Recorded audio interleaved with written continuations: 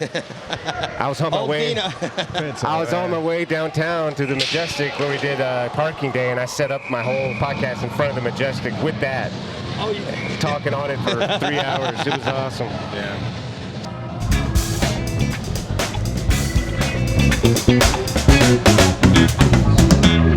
And we're back. It's the worst podcast. The worst. Back in action. It is the worst. My co-host, Al Dowling. How's it going? Al, good to see you. And our special guest, Jason Stros. Jason Stros, like Astros. Like the Astros without the A. Without the A. Can you believe them apples? I can, yeah. So I was talking to Jason before we got started here. Okay. And he has a brother that played for the Astros. Oh, wow. Right? Yeah, Left-hander? had an opportunity coming out of Michigan State as a left-handed relief pitcher, and Nice. took that path and ended up playing for the Stros as a Stros, and thought it was pretty neat. And I told him, I tease him all the time and say they didn't really want him, they just wanted the name for the marketing concept. Yeah. So. Well, so let's talk about where we're at. Where is this place? Yeah, so, we're here in Northwoods, San Antonio, just, 9-10 miles outside of downtown. Where once our Rampage hockey team, which was an affiliate of St. Louis, was here competing and utilizing this as their practice facilities. Okay. They made their exit and took their way to Vegas, and what comes with that is an exit of something that creates that heartbeat and maintains the pulse of the game. But we have a youth program that we're trying to just keep the skates on the feet and keep the sticks in their hands and keep the game alive, essentially. So we're here for a scrimmage. Austin is in town. They play out of a place called The Pond. It's a really neat venue, and we are oftentimes able to gather the two teams in a preseason setting and get everybody's kind of wheels turning. That's awesome, man. Yeah. So you're a coach, is that right? I am. I'm a coach. I've had the opportunity to coach most of my life. I'm a hockey player, former player myself. Played at Georgia State a few years, club hockey, went on to Aspen, Colorado. That was a great opportunity at both 19 and 20 years old. And, when you find yourself in a setting now, I'm the 16U coach here for this Rampage hockey. I felt that amongst my 10 years of coaching in McAllen, Texas, in a demographically challenged border town where they had a team called the Killer Bees. And I was the junior Killer Bees. Okay. And you would think, goodness, you mean they had ice down there on the border? And we did. So by way of what we were able to accomplish in a challenging demographic by way of the Killer Bees, the next sheet of ice is the San Antonio Rampage facility, which is where we are. Oh, really? Northwoods. It's closest we got. Wow. For any youth opportunities. Got it. Corpus Christi, they used to have a youth program. We'd try to work everybody together, and it didn't work out. Okay. When the pandemic struck, we lost our ice rink in McAllen, Texas. Wow. As a coach, it would hurt. As a son of mine who I coached his whole life, he's just turned 15 years old. He's with our 16U program. And I remember the day that the old man, Lonnie Guggenheimer, he said, Jason, I just can't do it no more, and I think we're going to shut the doors forever after many years of giving to the community, right? Yeah. So what I did is I took an opportunity to give birth to an inline hockey program in the Valley, which, again, kept the game alive and kept people off the couches and the kids out there trying to do something when the world's shutting down. But what that essentially became was finding our way here. I'll share with you a quick journey, if I will. When my son made the hockey team here last August, we were living in McAllen. 4 days a week, 8 hours a day, 30,000 miles for 90 days. We were driving back and forth to touch this ice. Oh, wow. Because it was the closest we had. Wow. So, now that we've made our full move here, we're 1 year into this journey, and we live across the street. So I told them we're no longer driving 4 hours. You can walk to the rink if you have to. But what comes with that is essentially others like myself, whether it be coming from Austin, Texas, that may have not made their team and their closest is here. So there's a lot of moving parts to our equation to what makes our format of the kids that we have. Okay. It's a little bit of an eclectic group, everybody's got a story. Mine's no more special than anybody else's. Right. It just happens to be a little bit longer told. So, at the end of the day, here we sit in a facility that we're just here to create a difference we're here to create a difference through the youth of the community, through the game of hockey. You know, it's a great game. You can hear the music playing in the back, and you know, it's good. It's good for the community, and at the end of the day, we're just taking it one kid at a time, you know, and making for a better tomorrow, essentially. Okay. Yeah. So what's the demand for children down here? So I know Texas is typically a football state. Yeah, so you know, it's a good hockey. question. And I think it varies to the age grouping and to a demographic of I'm going to speak the word financials. Okay. You can put a kid out into a soccer field and buy him a pair of cleats for $50, and then he's got to buy his uniform. He's at 75 all in, and they got 13 games coming up right down the street from their house. But then there's a group of kids that learn about a game called hockey, and the path to even put on that jersey doesn't come easy for a lot of them. Right. You know, there's a lead way or a step process where you start at house league, and then you're coming to public sessions, but it's expensive. It's one of the most expensive games today, aside from travel baseball. Right. But in a world of Texas football, how do you get a kid that's going into high school and says, I don't want to be a part of the Friday Night Lights. I want to be a part of the Rampage travel hockey, right? Right. So you got to get them early enough to where they find that interest level, to where the other sports that they may have tried just didn't work out. But Mom, I sure do love putting on a pair of skates or being a goalie and putting on these pads. You know, it creates a different for them, right? But it is hard. It is hard, and that's why I think we're here, is creating outreach. Exactly. I mean, I have my son who's also 15. Okay. He's in gymnastics. Boys' men's gymnastics is not very popular, and there's not very many programs.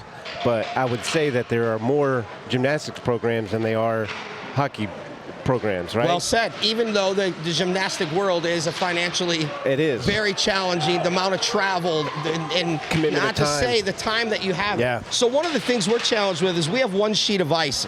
Adjacent to where we're sitting right now through this door is another one sheet of ice. So there were two.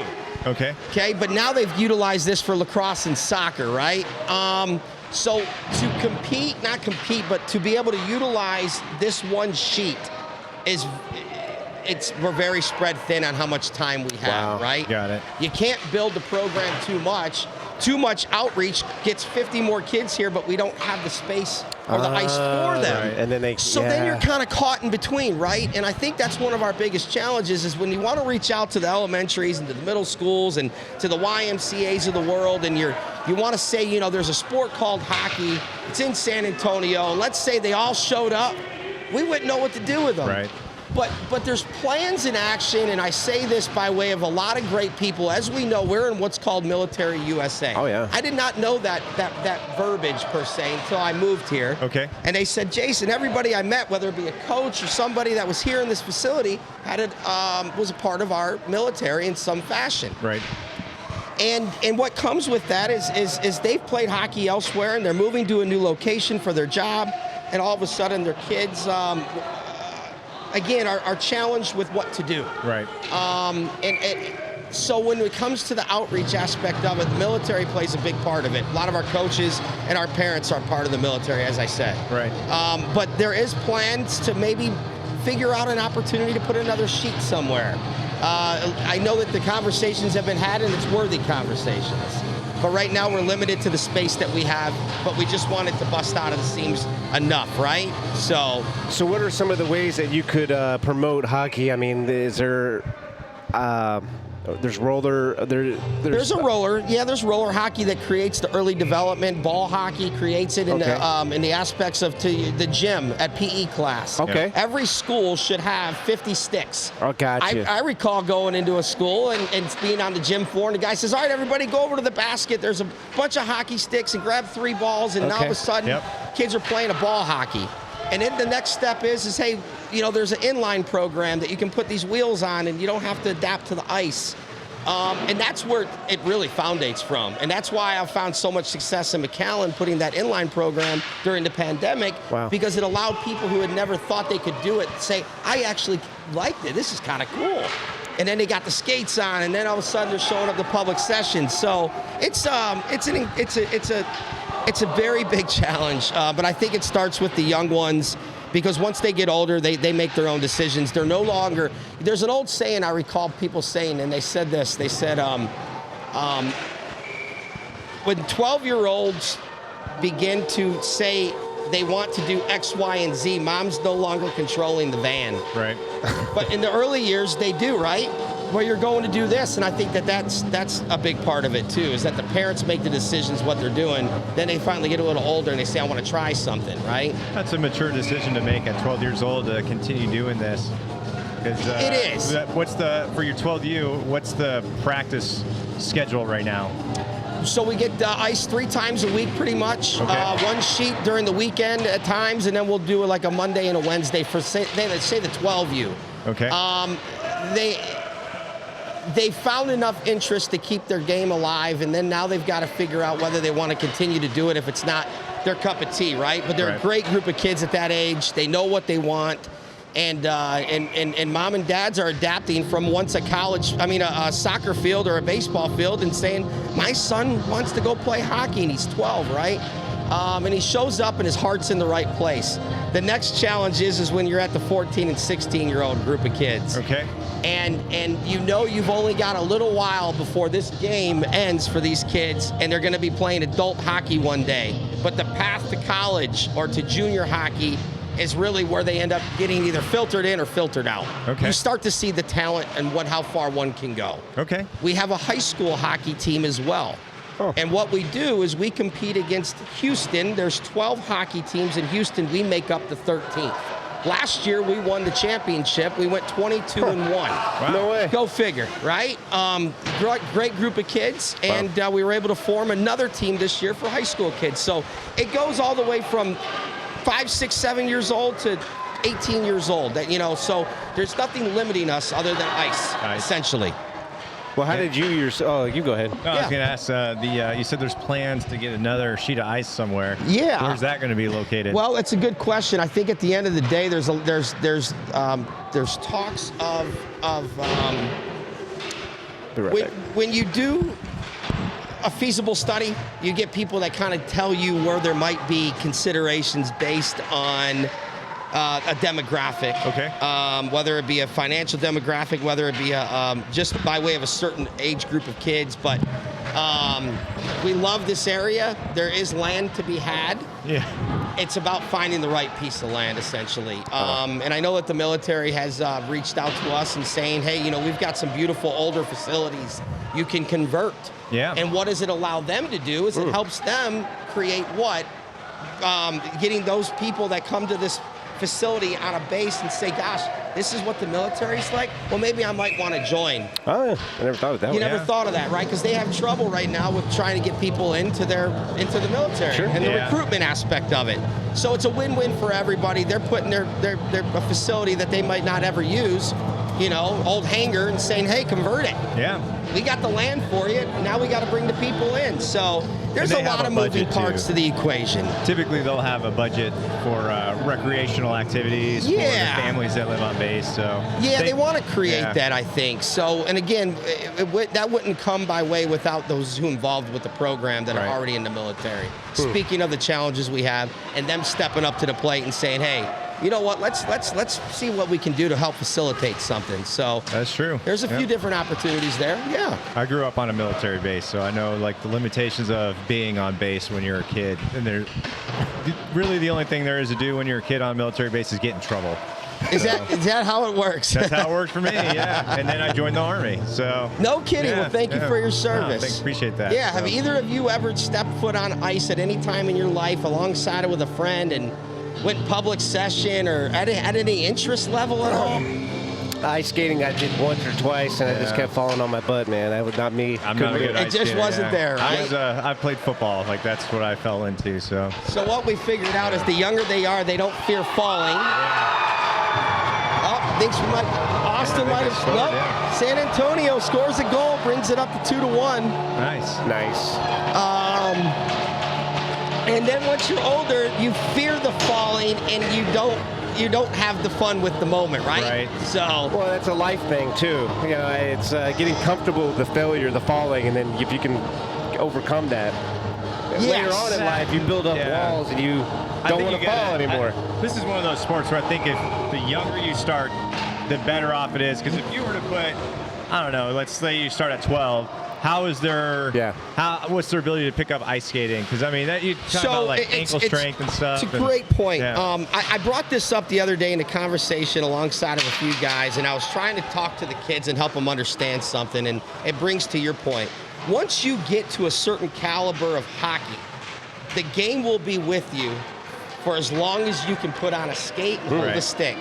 Till you're 75 years old. If you can still physically make it on the ice, the game will be there for you. On the other hand, when it comes to football, what do we see at the end of every year? You got a senior that's walking off the field and his mom is crying, and what does he do? He puts his helmet down, and he'll oftentimes never pick up another football helmet. He'll never touch a football again. You got the baseball player that might find softball to be an adult activity for him. Didn't have to be too good, but you can still play softball.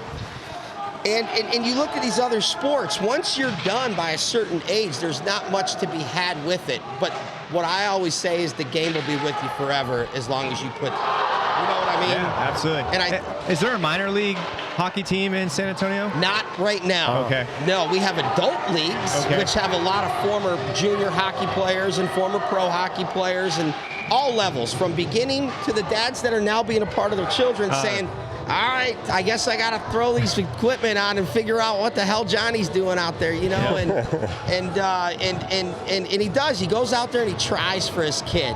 That's cool. So then you got the higher levels, the guys that used to play Rampage at one time or moved back into town. So there's a lot of good quality. Is this the only ice rink? Maybe not. This is the only ice skating facility in San Antonio, correct? Yes, and that's the challenge. As for inline, you want to know where they skate at Fairchild Park downtown. It's an old graveyard facility, and it's an old tennis court. And they have came up with somehow putting some pieces together that create some visually of boards and. You know, and it breaks my heart because the city of McAllen, it took 8 years for a dear friend of mine to lobby to get a beautiful facility, which if you take the walls away from where we're sitting and take that ice away, we have an outdoor facility that you can play inline hockey. Same beams, no walls, same rink, but outside. No way. In McAllen, Texas. Yeah. And then you say with as many people that's here in San Antonio, how do you not have that for the community? But here they're playing in an old tennis court with makeshift in a graveyard. It's the most crazy place I've ever seen. That is crazy. It is. So if the puck goes over the fence, you got to go walk by some tombstones to get it. And guess what? They're there 3, 4, 5 times a week playing the game that they, they come here too. But it's that inline. It's just crazy, So there's not much to be had. Interesting. You know? Wow. Well, let's talk about you. How did you get into hockey yourself? Yeah, so I'm from Detroit, Michigan originally. Pretty much was growing up in a rink with older brothers and a sister. Sister was doing figure skating and my brothers were playing hockey and I was kind of cradled there, if you will. And it becomes a love, unlike any. And again, it's there's a love story with many sports, right? And that's where mine began, in Detroit, Michigan. And I ended up moving to Atlanta, Georgia in the early 90s, which they had the Junior Knights prior to the Thrashers. And it led me to an opportunity to play for the Georgia State Panthers on a club team. And in that pathway to get to just playing club college hockey, what these kids don't understand is that if you're not making D1, D2, D3, club hockey is just as fun of anything. You're still traveling, you're still playing big name schools, but the funding aspect doesn't come the same way, right? But the experience is there. So I could say I experienced that without going to the highest of levels. Where did it take me next? To Colorado, Aspen, working at the ski company, and on my days off when I'm not at the rink, and I'm 19 years old, getting on a bus to go up to Utah to play against a bunch of kids that are gonna kill me.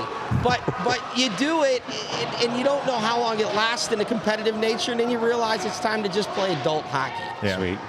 And I think that's how that comes from. So being a part of the North And again, this being a melting pot, that's where I think all of our heartbeats are now trying to figure out, how do we get more? How do we get more? We got to get ice. We got to get people involved. Investors have knocked on the doors, but it's a challenging time. You don't see people wanting to put money into an ice rink whenever they're trying to figure out, you know, when it comes to the investment aspect, it's hard. So, well, I mean, maybe one way to approach it is you have record-breaking temperatures, 100 plus for 4 months in a row. Maybe you could look at cool down in an ice rink in 100-plus weather type of. Question about that though: what is when does their season start? When does it end? How does that work? So we the teams are formed late July, early August. They make a roster. Okay. From August through October, we're doing preseason activities such as this. We're going up to Austin. We're going up to Dallas. We just got back for a leveling tournament where we skate amongst 50 other teams and different age brackets, and then they put you in what's your category based on your level of play. Okay. That will then create your schedule. Your schedule will come out in a few weeks. We're hoping to see it this week, hopefully. And once that stems, we're on the road we'll play 10 home games oftentimes, and we'll be on the road 22 some weekends. So we'll go from October through the end of February, early March, full throttle. Every other weekend we're on the road, or we're in, yeah. That's a big commitment for these kids, huh? Well, it's a big commitment, it's a lot of financially too. Yeah. It's a lot, you know. But that's the game of hockey. Yeah. And I think that's, again, going back to, does the kid have a choice to play $75 soccer until he doesn't want to play no more? And then when you make the commitment, how much goes into that hockey, man? That's equipment-wise too, you know? I mean, I have a big appreciation for it. There's a huge commitment of time, discipline of the child on their own to show up every day, put in the work. And here's the thing, they're not superstars yet. Right. They have a hope and a dream to play better, but they're still showing up, falling every day, showing up, not playing the best. You can go out there and run a field all day and you know how to run, right, but you don't know how to skate. And that says a lot, and I think that's what keeps the parents motivated, is the development, right? Is to see their kid excelling in something, or going every day challenged and coming out of it saying, I'm ready to go again tomorrow. Well, yeah, and the other thing about that is if it doesn't work out with hockey, they can use that discipline that in anything in life. Aspect of life. And that's really what you're paying for, is just not just the hockey, but how they can utilize that. Well said. To become a doctor, lawyer, what have you, and just be the best lawyer, doctor, whatever have you. If it stems to the way that you want to perform in homework and you don't always get the right answer, but you know efforts produce results. Right. That's yeah, exactly. You know, and I think something that we're striving to do is we create a mentorship program here with the Rampage Hockey Club. And what that essentially means is you take a 16-year-old kid and he shows up to the lower group of kids. All those kids standing on that wall right there are here to support their teammates, right? Now, they don't have a game today, but they look at their parents and they say, Mom, we got to go down there because we're part of the mentorships. So they're showing up, and then there's going to be an opportunity where on a Saturday we're going to try to bring them together and they're going to work on a little homework session. Okay. But you've got to get the kids that are older involved with the younger, because the younger ones are the ones that look up with those eyes and they say, I want to be him one day. Yeah, they don't want to look at their parents. And what we're trying to teach them is you can't walk in this door as you're all high and mighty and you're on a path for prospects of something, and you got to say hi to the kid, know his name, give him a high five, ask him how his day is, what's going on at school. So, I always say it's more than an organization of youth hockey. We are truly trying to build a culture, a changing culture for a better tomorrow. I just put it on my Facebook today, making the difference for a betterment of tomorrow, right? One kid at a time. I like it. That's good. That's all you can do is just try to make a difference out there in our community, right? And I love this community, man. I can tell. I really do. It's a great group of people, and everybody's trying to come together through an old game of hockey. So, yeah. So what's the name of the team again? We are the San Antonio Rampage, Junior Rampage. You can follow us on Facebook. That's what I'm doing right now. I myself, Jason Stros, as you know. I'll follow you as well. I do a lot of height-valued whatnot. We've got a lot of good kids. So just this past summer, In terms of what we call prospected opportunities, we have one of recently drafted Trevor Hill just took on to the WHL. He's playing up in Pennsylvania here. She already posted it. There it is. Yeah. She's already on it. Dina's on it, baby. I just wanted to follow the page.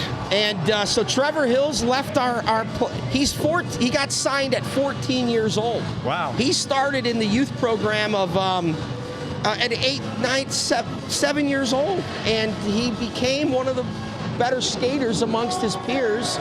Also this past year, we lost a kid by the name of Ian Merrill. He went up to Colorado playing AAA hockey with the Colorado Rampage. Okay. We've got another kid that just took off up to New Jersey to play his AAA hockey. So, you know, there's kids that do come out of this program and they're taking a path to a D1 potential opportunity, or for some cases pro. You know, and it's wonderful to see small percentages. Right. But that's like anything in life, right? Your standouts, if you will.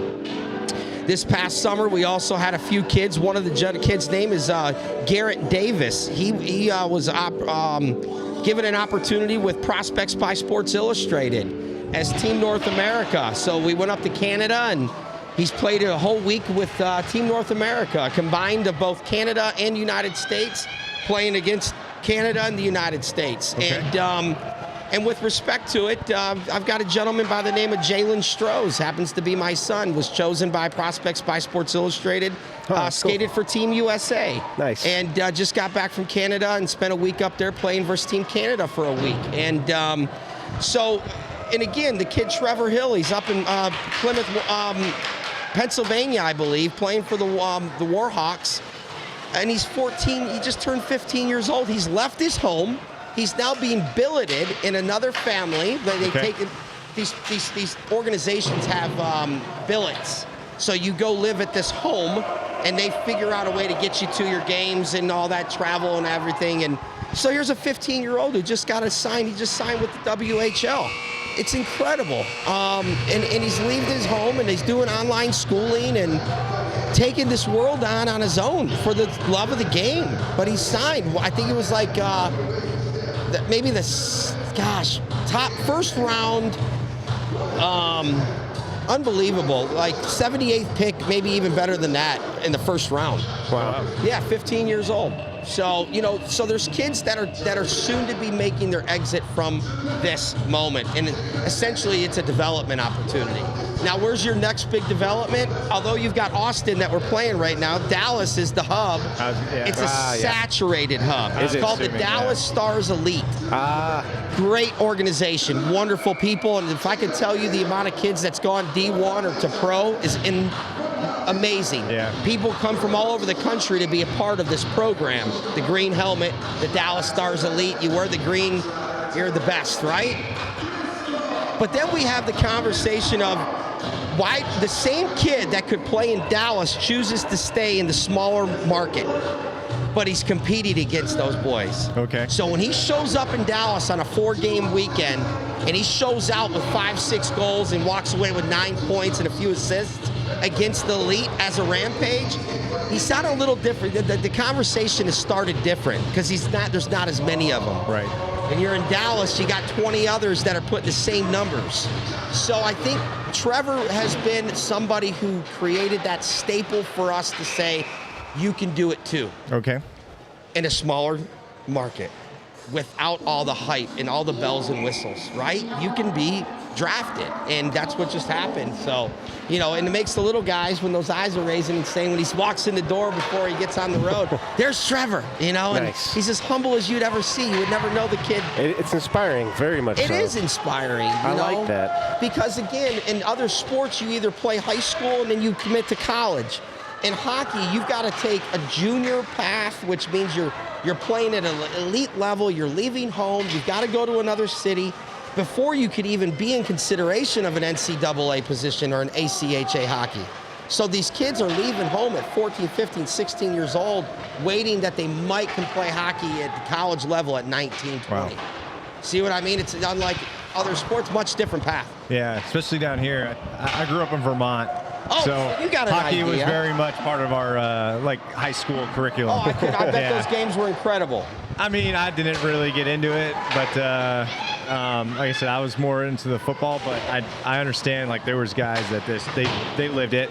They live that was it. their whole That was their whole life. commitment. Yep. Just like the football guys, like if that's what you wanted, that's what you did. Yeah, I think so. You know, you kind of buy in, all in, and get what you can get out of it, right? You know, being so close, because like Vermont, we're so close to Canada. You had guys that were like, their dreams were to get up to Canada, learn how to play, and then come back to the United States. I think what we learned with a few of these kids, speaking of Garrett and Jalen, is when they went up to Canada feeling as though they had a little bit of a little saucy sauce in their walk, and they walked away and they said, holy smokes, these kids, whole different caliber of hockey. But guess what? They came home and they had to go to work again. Yep. You know, great kid, Garrett Davis, and he's you know, I know he's out there in the driveway, you know, 2-3 hours a night because he came back and said, I'm not what these boys are a little different caliber. So well, I think that, you know, Canada takes it as serious as Texas takes football. That's for sure. So. Yes, well said. Well, you couldn't have said it any better. So, you know, there's opportunities to be seen to follow our journey. You know, both with the San Antonio Junior Rampage, which I know you guys just followed, and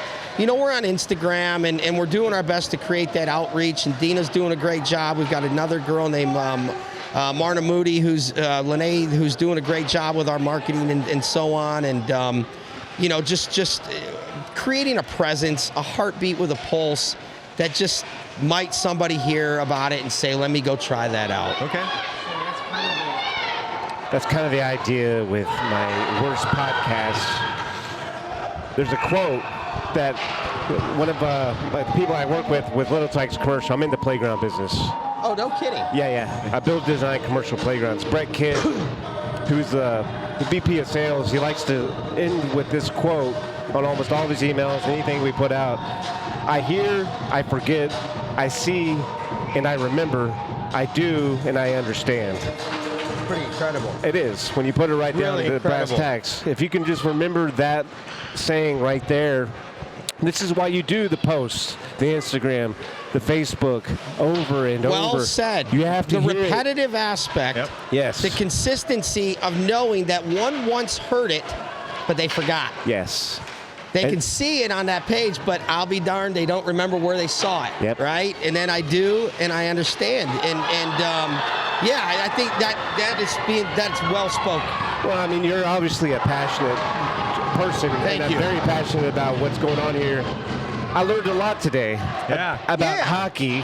I've been watching the whole time, by the way. I'm also facing this way, so it's really hard. You got a good seat. Yeah. But just the education of how it works here in our market and what you're looking to do and how you're looking to grow it. You know, we will have a free skating opportunity for kids to come out. Cool. And they show up for the first time. What do we got going on here? We got a 2-2 game here, folks. Austin pumps one in with it's a lot more physical. Like, these kids are hitting up on each other more than I thought they would be. Yeah. So the other age group, when you go up to the 16U, you want to talk about the rumbles, and these boards are rocking. Yeah. Well, how about we watch the game? Let's cut it out right here. Sounds good. Guys, thank you for having me. This is awesome. God bless you and your path. Yeah. Means the world. But before we go, I know you guys are trying to promote the building. What else can people do at this building? So when I walked up, I saw we've got a great the building as a whole. Let's just speak of it, because at the end of the day, we're here to drive the community into a great place with great people. Okay. You got youth soccer, you've got adult soccer, you've got lacrosse opportunities coming out of here. There's a great program called D1, and D1 is a training facility that allows them to do some things. And I can't end this without mentioning an incredible program called Coast to Coast Hockey, which utilizes the old Rampage facilities that we have here. They've built a group of kids that travel all over the country that not only play for our Rampage, but they have former pros such as Brett Burns, who plays for Carolina Hurricanes. He's affiliated with this program. Okay. It's a development program, and it's not Rampage hockey. It's just essentially a place that they have a school here now. There's a school, so you can go to online school here and then skate in the middle of the day and then go back to school and skate again. But D1 is a great training. Then you've got soccer and lacrosse, and it's not just hockey. And a wonderful figure skating community for the girls out there. And you know, I don't want to take away from everybody else, but thank you for having us speak the game of hockey. Yeah. But there's a lot of other great things out of this facility as well. So you can find that on Northwood's website, yeah, Northwood's Ice Rink, and here in the Northwoods, San Antonio. So thank you, gentlemen. Oh, glad to be here. Yeah, very exciting. I love it a lot. All right. All right, boys. We're out. And we're out. And we're out.